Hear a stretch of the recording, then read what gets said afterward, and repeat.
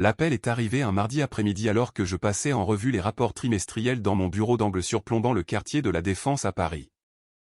Le nom de mon père s'est affiché sur mon écran et pendant un bref instant j'ai envisagé de laisser le répondeur prendre le relais car notre relation était tendue depuis des années, réduite à des SMS obligatoires pour les fêtes et à un déjeuner gênant de temps en temps, mais j'ai décroché quand même. « Julien, il faut qu'on parle du mariage », a-t-il dit en sautant les salutations d'usage. J'ai posé mon stylo et demandé ce qu'il se passait. Valérie et moi avons discuté de la liste des invités. Il a fait une pause et je pouvais entendre l'hésitation dans sa voix.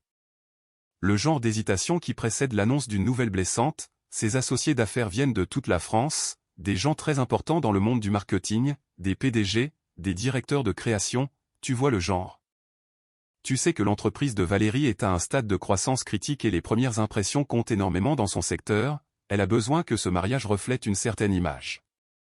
Je me suis penché en arrière dans mon fauteuil en cuir en fixant l'horizon parisien et je lui ai dit de cracher le morceau. Nous pensons qu'il serait préférable que tu ne viennes pas. Valérie veut garder les choses classes et sophistiquées. Ses amis ont tous très bien réussi et toi tu es toujours. Il s'est tu, toujours quoi ai-je demandé. Tu sais ce que je veux dire Julien, tu as 32 ans et tu loues un appartement, tu conduis une Peugeot vieille de 10 ans, tu as ce poste vague au gouvernement que tu n'arrives jamais vraiment à expliquer. Les amis de Valérie et ses collègues vont se demander pourquoi mon fils n'a pas mieux réussi. Les mots ont flotté dans l'air comme du poison, j'avais entendu des variantes de ce discours toute ma vie d'adulte. Après la mort de maman quand j'avais 19 ans papa s'était remarié en 2 ans avec une femme nommée Sylvie qui avait clairement fait comprendre que j'étais une déception. Ce mariage a duré 5 ans avant de se terminer par un divorce. Sa mère et maintenant à 61 ans il avait trouvé Valérie, de 15 ans sa cadette, ambitieuse, obsédée par son image et apparemment embarrassée par mon existence. Tu m'exclus de ton mariage parce que ta fiancée pense que je vais lui faire honte, ai-je dit platement, ne sois pas dramatique, nous essayons juste de maintenir un certain standard, tu comprends à quel point c'est important pour la carrière de Valérie, son entreprise et tout pour elle. Ce mariage est essentiellement un événement de réseautage et t'avoir là avec ta situation soulèverait des questions. Pourquoi ma situation, ai-je demandé, Julien s'il te plaît tu es un adulte, tu dois comprendre que parfois nous faisons des sacrifices pour les gens que nous aimons, Valérie a besoin que ce mariage soit parfait. Son entreprise le groupe Prestige Marketing est sur le point de s'agrandir considérablement, elle a travaillé incroyablement dur pour bâtir sa réputation et je te demande de soutenir cela. J'ai repensé aux appels hebdomadaires que j'avais reçus de papa au cours des 3 dernières années, ceux où il mentionnait nonchalamment les difficultés commerciales de Valérie, ceux où il suggérait presque avec désinvolture que je connaissais peut-être quelqu'un qui pourrait investir. La façon dont sa voix s'était éclairée quand je lui avais dit que j'avais trouvé quelqu'un prêt à fournir du capital. Donc tu veux que je reste loin de ton mariage, ai-je dit doucement, le mariage qui a lieu dans 3 semaines, le costume que j'ai déjà acheté, je te rembourserai le costume, c'est juste comme ça que ça doit se passer, les amis de Valérie viennent de Lyon, Bordeaux, Cannes. Ce sont des gens qui comptent dans son monde, tu dois comprendre.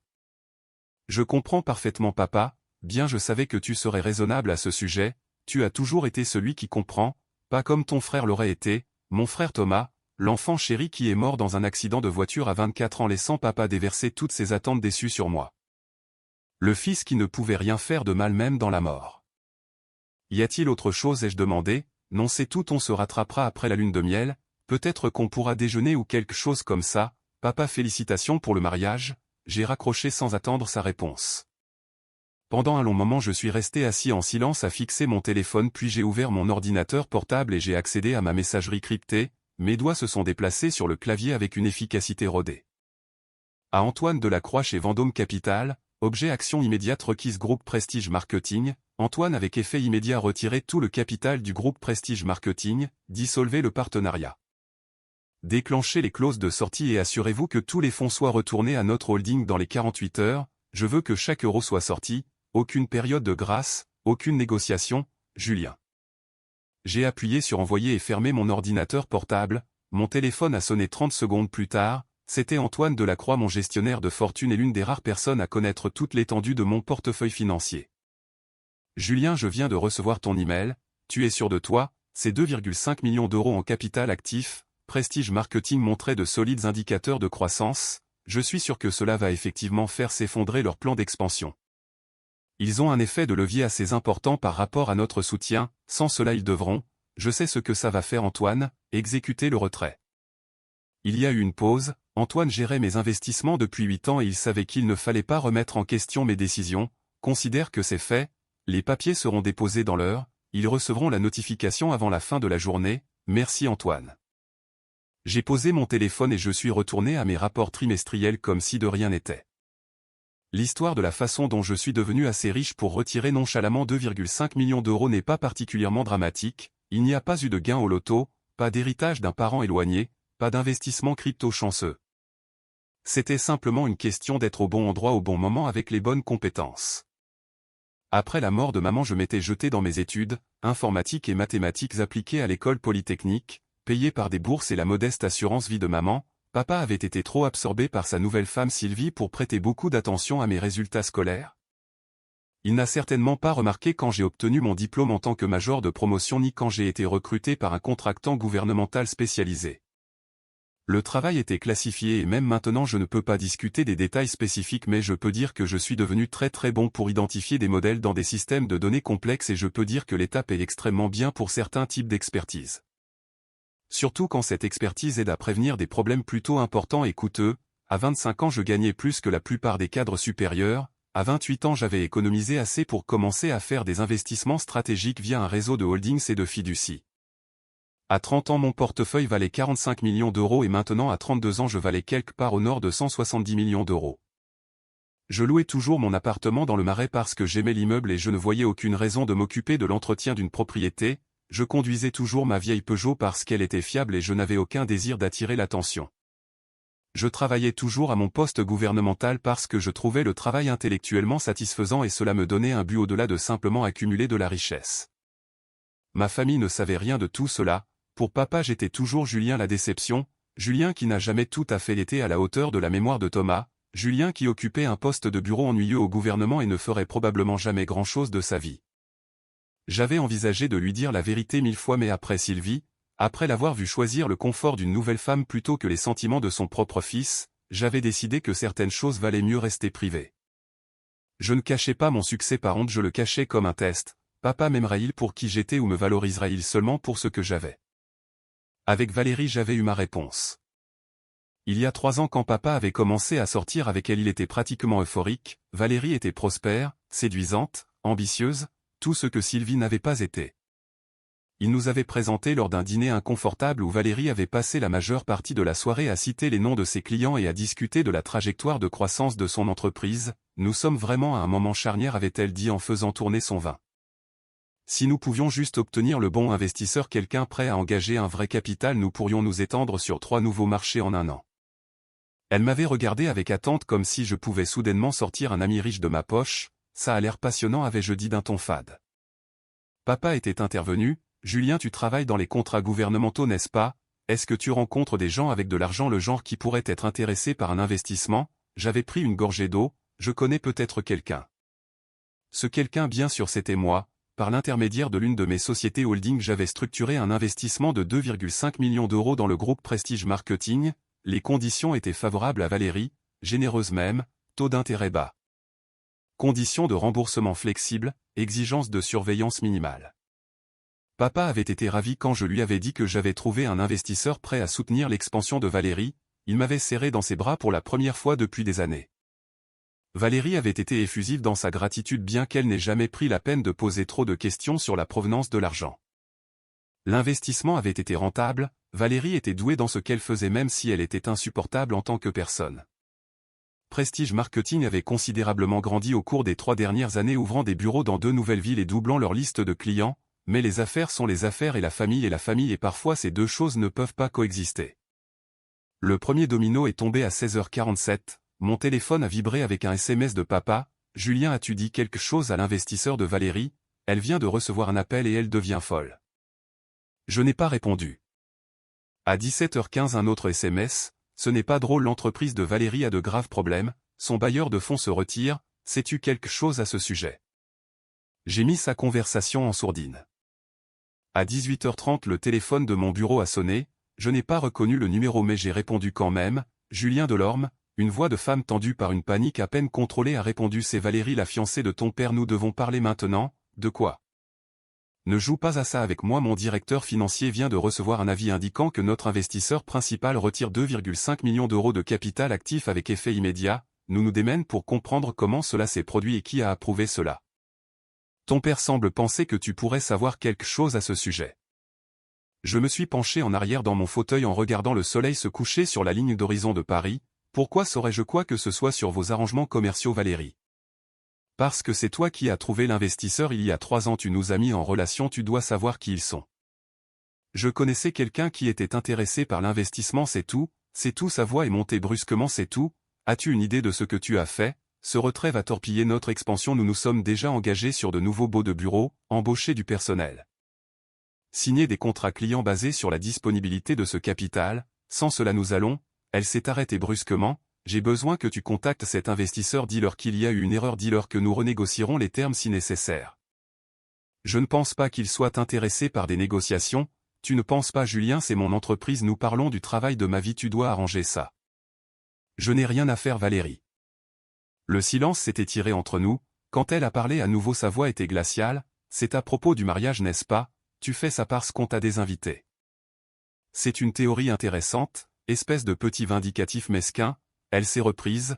Ton père avait raison à ton sujet, il disait que tu n'avais jamais rien accompli et maintenant je vois pourquoi. Tu détruis les autres parce que tu ne peux rien construire toi-même. J'ai souri bien qu'elle ne puisse pas le voir. Y a-t-il autre chose, Valérie? Tu vas regretter ça quand mon avocat découvrira qui est cet investisseur, quand nous tracerons ses fonds, tu vas souhaiter n'avoir jamais. J'ai raccroché. Mon téléphone a immédiatement recommencé à sonner, le numéro de papa, j'ai laissé aller sur messagerie, puis le numéro de Valérie, messagerie, papa encore, messagerie. Finalement j'ai éteint mon téléphone, j'ai rangé ma mallette et je suis rentré chez moi. Les messages vocaux se sont accumulés pendant la nuit. Au matin j'avais 17 messages, je les ai écoutés autour d'un café dans mon appartement, chacun plus désespéré que le dernier. Le premier message de papa: Julien, s'il te plaît, rappelle-moi Valérie et Ordel, peu importe ce qui se passe avec son investisseur, nous devons résoudre ce problème, elle parle de reporter le mariage. Son troisième message: je ne comprends pas ce qui se passe, l'avocat de Valérie dit que l'investissement a été structuré via quelque chose appelé Vendôme Capital, ce nom ne me dit rien, Julien, si tu connais ces gens, s'il te plaît, aide-nous. Son septième message: Valérie m'a montré l'avis de retrait, c'est signé par quelqu'un nommé Antoine Delacroix, est-ce que tu le connais? Julien, s'il te plaît, je t'en supplie, ce mariage est dans 3 semaines, l'entreprise de Valérie s'effondre, j'ai besoin que tu aides à arranger ça. Son 15e message horodaté à 2h47 du matin: je sais que tu es en colère à propos de l'invitation au mariage, je comprends, mais c'est plus grand que ça, Valérie a travaillé toute sa vie d'adulte pour bâtir cette entreprise, tu ne peux pas la laisser s'effondrer à cause d'un désaccord familial, ce n'est pas qui tu es. J'ai supprimé tous les messages et je suis allé travailler. Les 2 jours suivants se sont passés dans un flou de tentatives de contact de plus en plus frénétiques. Papa s'est présenté à mon immeuble mais le gardien l'a renvoyé quand je lui ai demandé de ne pas recevoir de visiteurs. Valérie a essayé de me joindre via mon email professionnel que j'ai bloqué. La sœur de papa, ma tante Michel, m'a appelé pour me faire la morale sur la loyauté familiale. Je ne sais pas ce qui se passe entre toi et ton père, a-t-elle dit, mais Valérie est un dommage collatéral ici. Son entreprise ne mérite pas d'être détruite à cause d'une dispute familiale. Je suis d'accord et je dis les entreprises ne devraient pas être détruites à cause de problèmes familiaux, les gens ne devraient pas être désinvités des mariages parce qu'ils sont considérés comme un embarras non plus. Attends, ils t'ont désinvité du mariage, demande à papa à ce sujet, j'ai raccroché. Au 4e jour, l'histoire s'était apparemment répandue dans la famille, mon téléphone s'est allumé avec des appels de parents à qui je n'avais pas parlé depuis des années, voulant tous savoir ce qui s'était passé et pourquoi je sabotais l'entreprise de Valérie. L'ironie ne m'a pas échappé. Pendant des années, aucun d'entre eux ne s'était soucié de ma vie, de mes accomplissements ou de mes sentiments. Maintenant, soudainement, j'étais assez important pour justifier une intervention familiale. Le 5e jour, tout a changé. J'étais en réunion avec mon équipe gouvernementale lorsque mon téléphone portable personnel a vibré avec un SMS d'Antoine. Ton père et Valérie viennent d'arriver au bureau de Vendôme Capital. La sécurité les retient dans le hall. Ils exigent de rencontrer l'investisseur principal du groupe Prestige Marketing. Qu'est-ce que tu veux que je fasse? Je me suis excusé de la réunion et je l'ai appelé. Comment ont-ils trouvé le bureau, ai-je demandé. L'avis de retrait avait notre adresse sociale. Ils ont engagé un détective privé qui a retracé la structure de la société. Ils menacent d'une action en justice si nous ne les rencontrons pas. J'ai regardé ma montre, 14h30. Je serai là dans 20 minutes, ne vous engagez pas avant mon arrivée. Tu viens ici, il est temps d'en finir, Antoine. J'ai attrapé ma mallette et j'ai quitté le bâtiment. Vendôme Capital occupait le 42e étage d'une tour de verre dans le quartier financier. Les bureaux étaient sobres mais élégants, bois sombre, meubles en cuir, baies vitrées avec vue sur tout Paris. C'était le genre d'endroit qui chuchotait l'argent plutôt que de le crier. Quand je suis sorti de l'ascenseur, je pouvais entendre la voix de Valérie résonner dans le hall en marbre. C'est absurde, vous ne pouvez pas simplement refuser de nous rencontrer, nous avons une relation contractuelle avec votre cabinet, nous avons des droits. L'agent de sécurité se tenait impassible près du bureau de réception. Madame, comme je l'ai expliqué, personne de notre équipe d'investissement n'est disponible sans rendez-vous, alors obtenez-nous un rendez-vous aujourd'hui tout de suite. Papa se tenait à côté d'elle, paraissant plus vieux et plus fatigué que je ne l'avais jamais vu. Il portait un costume légèrement froissé et sa cravate était de travers. Il m'a remarqué avant Valérie. Julien, il a cligné des yeux confus. Qu'est-ce que tu fais ici? Valérie s'est retournée. Est-ce que tu nous as suivis? Comment as-tu su? Je travaille ici, ai-je dit simplement. Le hall est devenu silencieux. Tu travailles ici, a répété papa lentement, dans une société d'investissement? Pas exactement. Je me suis tourné vers l'agent de sécurité. Merci David, je prends le relais. Je suis passé devant eux vers la porte sécurisée qui menait aux bureaux principaux. J'ai appuyé ma paume contre le scanner biométrique et la serrure s'est désengagée avec un clic doux. Julien, attends, a dit papa, je ne comprends pas, qu'est-ce que c'est que cet endroit? Pourquoi es-tu? J'ai tenu la porte ouverte, voulez-vous entrer et parler ou préférez-vous continuer à crier dans le hall? Ils m'ont suivi à travers la porte, le long d'un couloir bordé de bureaux jusqu'à la suite d'angle au fond. La plaque à côté de la porte indiquait Julien J. Delorme, partenaire principal. Valérie l'a vu en premier, son visage est devenu blanc. Ce n'est pas possible. J'ai déverrouillé la porte et leur ai fait signe d'entrer. Mon bureau était plus grand que mon appartement, un mur était entièrement vitré offrant une vue imprenable sur la tour Eiffel et la Seine au loin. Les autres murs portaient des diplômes encadrés, mes diplômes de Polytechnique. Plusieurs citations d'agences gouvernementales avec des parties caviardées pour la classification de sécurité et un article de Forbes 31h30 d'il y a 2 ans que papa n'avait apparemment jamais vu. Sur mon bureau se trouvait une seule photo, maman souriante l'année avant sa mort. Papa se tenait dans l'encadrement de la porte fixant le tout. Julien, je ne comprends pas. Asseyez-vous papa, toi aussi Valérie. Ils se sont effondrés dans les chaises en face de mon bureau comme des somnambules. Je suis resté debout, ma silhouette se découpant contre la fenêtre. Il y a 3 ans ai-je commencé. Papa a mentionné que Valérie avait besoin d'un investisseur pour l'expansion de son entreprise. J'ai accepté d'aider via cette société. À travers une structure de holding, j'ai personnellement investi 2,5 millions d'euros dans le groupe Prestige Marketing. La bouche de Valérie s'est ouverte mais aucun son n'est sorti. Les conditions étaient généreuses, intérêt minime, remboursement flexible, presque aucune surveillance opérationnelle. Je voulais que l'entreprise réussisse, je voulais que tu sois heureux papa. Toi, il a secoué la tête, mais comment tu es un employé du gouvernement, tu conduis une vieille Peugeot, tu loues un appartement, où aurais-tu eu 2,5 millions? Je fais du travail de conseil spécialisé depuis que j'ai 23 ans, mes compétences particulières sont précieuses pour certaines agences, très précieuses. Au fil des ans j'ai investi judicieusement, cette société gère mon portefeuille ainsi que plusieurs autres. Actifs actuels sous gestion environ 170 millions d'euros, ma valeur nette personnelle est dans la même fourchette. Le silence qui a suivi était absolu. Valérie a retrouvé sa voix en premier. Tu mens, c'est une sorte d'arnaque, tu ne vaux pas 170 millions, c'est impossible. J'ai ouvert un tiroir de bureau et j'ai sorti un dossier en cuir, j'en ai extrait plusieurs documents et je les ai posés sur le bureau, des relevés bancaires de 3 institutions différentes, des résumés d'investissement, des titres de propriété, oui au pluriel, je possède 4 immeubles que je loue, des portefeuilles d'actions, des résumés de contrats gouvernementaux caviardés pour la classification mais montrant les montants des paiements. Papa a tendu la main vers les papiers en tremblant, ses yeux parcouraient les chiffres incrédules. C'est réel, a-t-il chuchoté, c'est vraiment réel, c'est réel papa. Mais pourquoi ne m'as-tu jamais dit? Parce que je voulais savoir si tu m'aimerais pour qui j'étais, pas pour ce que j'avais. J'ai croisé son regard et j'ai eu ma réponse mardi quand tu m'as appelé pour me désinviter de ton mariage. Les mots ont atterri comme un coup physique, papa a tressailli. Julien, ce n'était pas, je ne voulais pas dire ça comme ça. Tu as dit que Valérie voulait garder les choses classe, que ses amis d'affaires se demanderaient pourquoi ton fils n'avait pas mieux réussi. Tu as dit que je soulèverais des questions à cause de ma situation. J'essayais de protéger la réputation de Valérie, son entreprise était tout, son entreprise que je finançais. Ma voix restait calme mais chaque mot était précis, chirurgical. L'entreprise qui n'existerait pas sous sa forme actuelle sans mon argent, l'expansion à Lyon et Bordeaux mon capital, les rénovations des nouveaux bureaux mon capital. La campagne marketing qui a décroché 3 clients du CAC 40 mon capital. Valérie était passée du blanc au gris. Tu ne peux pas retirer cet investissement, nous avons un contrat, nous avons des droits. J'ai pris un autre document sur mon bureau. En fait, selon l'article 14.3 de notre accord d'investissement, je peux retirer le financement immédiatement si certaines conditions sont remplies. Spécifiquement s'il y a un changement important dans la relation d'affaires ou si je détermine que l'investissement continu ne correspond plus à ma stratégie de portefeuille. C'est une technicalité à craquer, Valérie. Aucun tribunal ne, n'importe quel tribunal le maintiendrait. Mes avocats ont rédigé ce contrat, tes avocats l'ont signé, tu étais tellement excité d'obtenir le financement que tu as à peine lu les termes. Papa s'est levé brusquement. Julien, s'il te plaît, parlons de ça rationnellement. L'invitation au mariage, on peut changer ça. Tu peux venir, bien sûr que tu peux venir. Je ne veux plus venir, papa. Alors qu'est-ce que tu veux? De l'argent? On peut te rembourser l'investissement avec le temps, on va restructurer. Je ne veux pas de votre argent. J'ai marché vers la fenêtre en regardant la ville.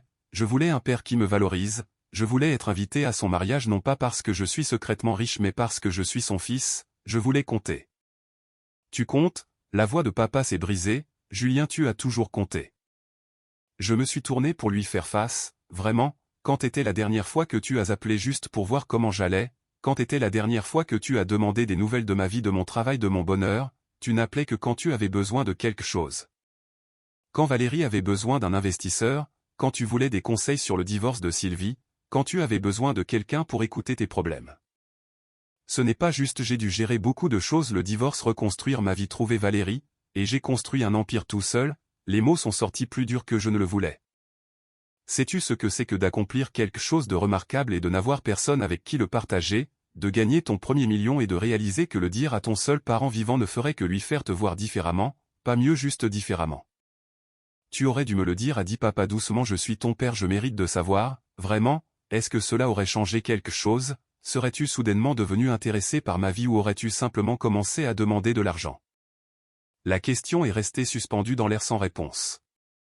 Valérie s'est levée, son calme se brisant finalement. C'est de la folie, tu punis toute une entreprise, des gens qui dépendent de leur emploi parce que tes sentiments ont été blessés. Je retire mon investissement d'une entreprise dont la propriétaire me considère publiquement comme un embarras. Ce n'est pas une punition, c'est juste du bon sens des affaires. Tu me détruis, tu comprends ça? Sans ce capital, je vais devoir licencier 30 personnes, je vais devoir annuler des contrats, ma réputation dans le secteur sera ruinée. Ta réputation était plus importante que mes sentiments quand tu as décidé que je n'étais pas assez classe pour ton mariage, et je dis calmement, j'applique simplement la même logique. Julien, s'il te plaît, papa a fait un pas vers moi, je sais que j'ai été un père terrible, je sais que je t'ai laissé tomber plus de fois que je ne peux compter, mais ne fais pas ça à Valérie, elle ne mérite pas ça. Est-ce que je méritais d'être désinvité du mariage de mon père? Non, non, tu ne le méritais pas, tu méritais mieux, tu as toujours mérité mieux et je t'ai failli. Des larmes coulaient sur son visage maintenant. Après la mort de ta mère, je me suis effondré, je sais que je l'ai fait, j'étais tellement perdu dans mon propre chagrin que j'ai oublié que tu étais en deuil aussi, et puis Sylvie et tout le drame avec ce mariage, et je t'ai laissé t'éloigner. J'ai laissé passer des années sans vraiment te voir, et maintenant tu me vois parce que j'ai de l'argent, maintenant je te vois parce que je regarde enfin vraiment, et ce que je vois c'est un homme incroyable qui a tout accompli par lui-même sans aucune aide de ma part. Je vois quelqu'un de fort et brillant et qui a réussi, et je réalise que je n'y suis pour rien. Tu as fait ça toi-même, Julien, et au lieu d'être fier, au lieu de te célébrer, il s'est effondré complètement. Je t'ai dit de ne pas venir à mon mariage. Je suis resté très immobile à regarder mon père pleurer. Quelque part en moi quelque chose a bougé, pas le pardon exactement, mais quelque chose de plus doux que la colère froide que je portais.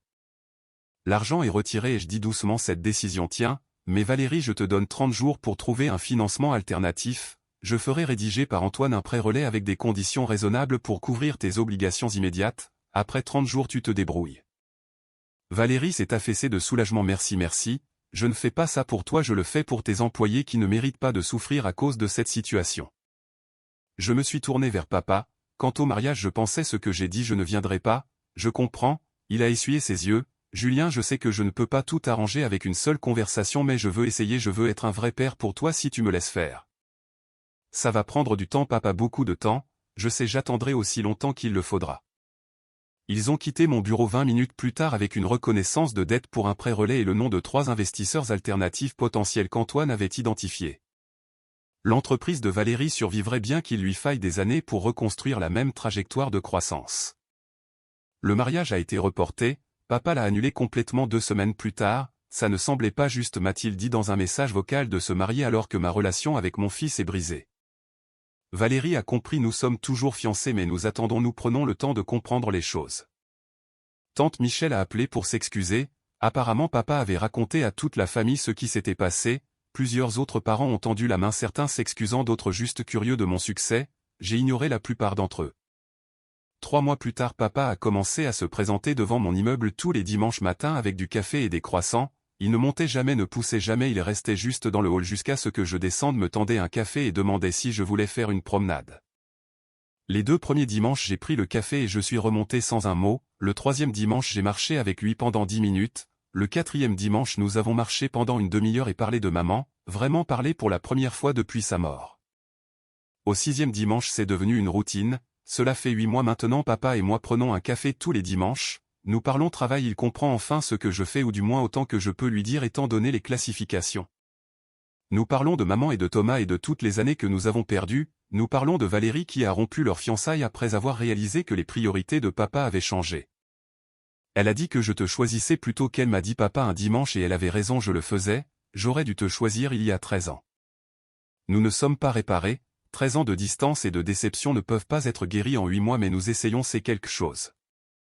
La semaine dernière, papa m'a demandé si je voulais dîner avec lui pour ce qui aurait été l'anniversaire de maman. Nous sommes allés à son restaurant préféré, celui qui avait fermé il y a des années et rouvert sous une nouvelle propriété. Nous avons commandé son plat préféré et raconté des histoires et ri et pleuré. À la fin de la soirée, alors que nous étions debout devant le restaurant, papa m'a serré dans ses bras, une vraie étreinte serrée et longue, le genre que je n'avais pas eu depuis que j'étais enfant. Je suis si fier de toi, Julien, a-t-il chuchoté, ta maman serait si fière, je suis désolé qu'il m'ait fallu si longtemps pour dire ça. Je l'ai serré en retour, je sais papa, je sais. Je loue toujours mon appartement, je conduis toujours ma vieille Peugeot, je travaille toujours à mon poste gouvernemental, mais maintenant quand papa appelle, ce n'est pas parce qu'il a besoin de quelque chose, c'est juste pour parler, pour demander comment s'est passée ma journée, pour me raconter la sienne. Le mois dernier, il m'a demandé si je serais prêt à rencontrer quelqu'un qu'il a commencé à fréquenter. Elle s'appelle Hélène, c'est une institutrice à la retraite. Pas d'empire commercial, pas d'ascension sociale, juste une femme gentille qui me fait rire, j'aimerais que tu la rencontres seulement si tu es à l'aise. J'ai rencontré Hélène la semaine dernière, elle ne ressemble en rien à Sylvie ou Valérie, elle m'a posé des questions sur mon travail à écouter quand je répondais et ne m'a pas une seule fois traité comme une déception ou un distributeur automatique. Quand papa a mentionné que j'avais fait Polytechnique, elle a souri et a dit tu as dû tenir ton intelligence de ta mère, ton père est brillant à sa façon mais il ne pourrait pas programmer un micro-ondes. Papa a ri, un vrai rire, le genre que je n'avais pas entendu depuis avant la mort de maman. J'apprends encore à lui faire confiance à nouveau, certaines blessures prennent des années à guérir et certaines cicatrices ne s'effacent jamais complètement, mais chaque dimanche matin quand je le vois attendre dans mon hall avec du café et cette expression pleine d'espoir sur son visage, je me souviens que les gens peuvent changer, parfois ils ont juste besoin de la bonne motivation.